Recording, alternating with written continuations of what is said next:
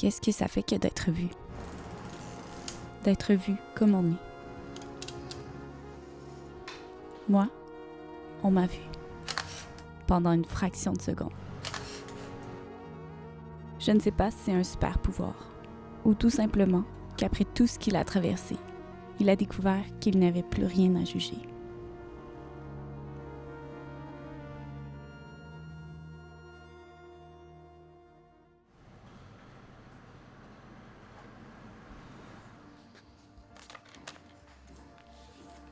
Je trouve ça important dans mon cheminement personnel de me prendre en photo. Dans mon propre vécu, c'est important. C'est que j'ai des traces de ma vie, de mon vécu.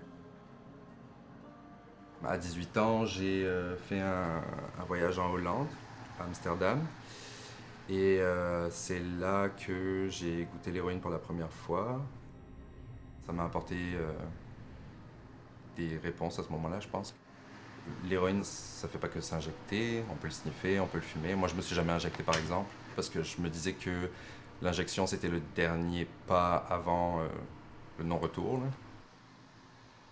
C'est jamais agréable de voir un proche se détruire quotidiennement sur des drogues telles que l'héroïne. D'un coup, tu ressens ton corps comme une source de plaisir, très intense. Tes muscles se mettent à produire du plaisir, et ça, en général, dans la vie, on n'y a pas accès. Là. C'est très dur de s'en détacher de cette drogue-là parce que les choses que ça te donne, le plaisir que ça te donne, qui est supérieur à n'importe quel autre plaisir qui existe sur Terre, c'est très difficile de faire une croix dessus puis de se dire que tu n'auras plus jamais accès à ça. T'sais.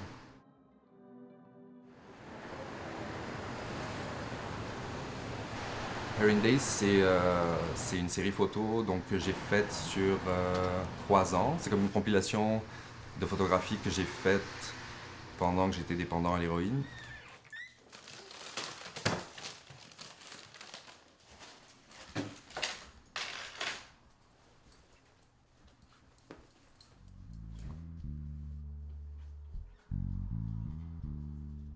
C'est un projet qui est difficile à regarder, c'est un projet qui ramène vers des temps plus sombres. Quand j'ai commencé à faire mon sevrage, je suis passé à travers toutes ces photos-là. Puis je me suis rendu compte que quand je les mettais ensemble, ça racontait quelque chose. Du commencement, genre l'euphorie de commencer la drogue, puis l'espèce de lune de miel que ça t'apporte, jusqu'à la fin, la déchéance, puis la désintox.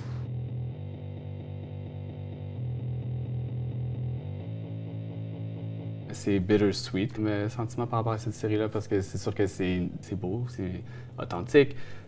C'est quelque chose, je pense, qui est brave de la part d'Yannick d'avoir documenté lui-même sa propre dépendance. De mon point de vue, en tant qu'ami, c'est des choses que des fois on aimerait pouvoir oublier.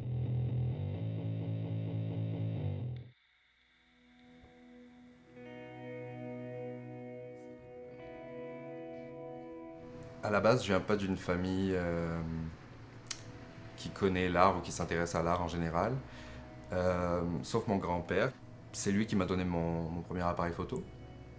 Au début, je savais pas vraiment quoi en faire. Je me suis mis à essayer de m'en servir. Je me suis rendu compte que ça avait un pouvoir, la photographie, de montrer ma vision des choses à travers des images. Je me suis tourné vers les gens. J'ai commencé à photographier mes proches, ma famille, mes amis. Puis c'est comme ça que j'ai commencé à m'intéresser au portrait. J'aime beaucoup qu'on puisse voir l'humain en premier avant de voir au-delà de la composition visuelle, la sensibilité humaine derrière son travail. On voit qu'avant de photographier la beauté, il veut photographier l'authenticité et l'humain lui-même. Pour moi, la psychologie et la photographie, ça s'est vite rejoint. Là où les deux sont similaires, c'est qu'il y a un accès à l'autre qui est privilégié.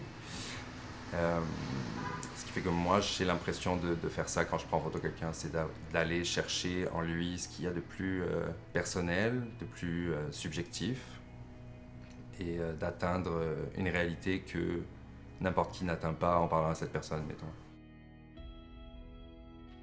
On a toujours une idée de nous-mêmes quand on se voit devant le miroir, puis on a des insécurités, puis il y a des choses qu'on n'aime pas, il y a des choses qu'on aime. Puis avec le travail d'Yannick, ça m'a permis d'aimer des choses que j'aimais pas de moi avant. Il y avait un shoot, je me rappelle, on avait fait ensemble, c'était un matin où est-ce que j'avais passé la nuit à consommer du cristal meth. On avait eu une conversation avant le shoot, c'est qui a build up des émotions. Et c'est qui a certainement aidé au succès de ce shoot-là, qui est un des shoots préférés qu'on a fait ensemble. Les photos qu'on a fait ensemble ont pu m'aider à faire évoluer Gabriel, qui avait 20 ans, vers ce qui est aujourd'hui. Tu sais. Ça fait depuis janvier 2018 que je suis sur la méthadone. C'est comme des copies d'héroïne, mettons. Et ça fait en sorte que ça remplace la drogue dans ton cerveau. Donc tu tombes pas en manque, ça t'évite de tomber en manque, ça règle le manque physique. Mais ça te donne aucun plaisir. Donc quand tu passes à ce traitement-là, idéalement ça te laisse la place de faire un travail psychologique. Mais ce qui m'aide, c'est voir mes amis, faire la photo aussi. La photographie m'aide parce que ça me donne des buts et c'est éternel. Tu travailles pour quelque chose qui va rester, puis c'est ça que j'aime dans la photo, c'est qu'il reste des traces.